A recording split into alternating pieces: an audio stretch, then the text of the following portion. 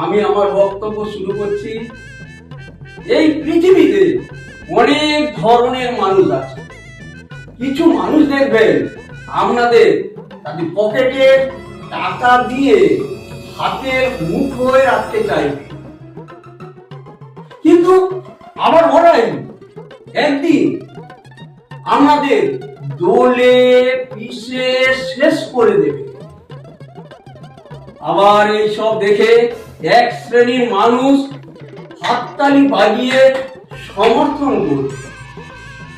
কিন্তু আপনি ভাবুন তো, যাদের মুখে এক চিমটে অন্ন তুলে দেওয়ার মতো ক্ষমতা নেই, তাদের কি এই তামাশা করা সাজে? আমি থুতু ফেলি তাদের মুখে। এই বলে আমি আমার বক্তব্য শেষ করলাম।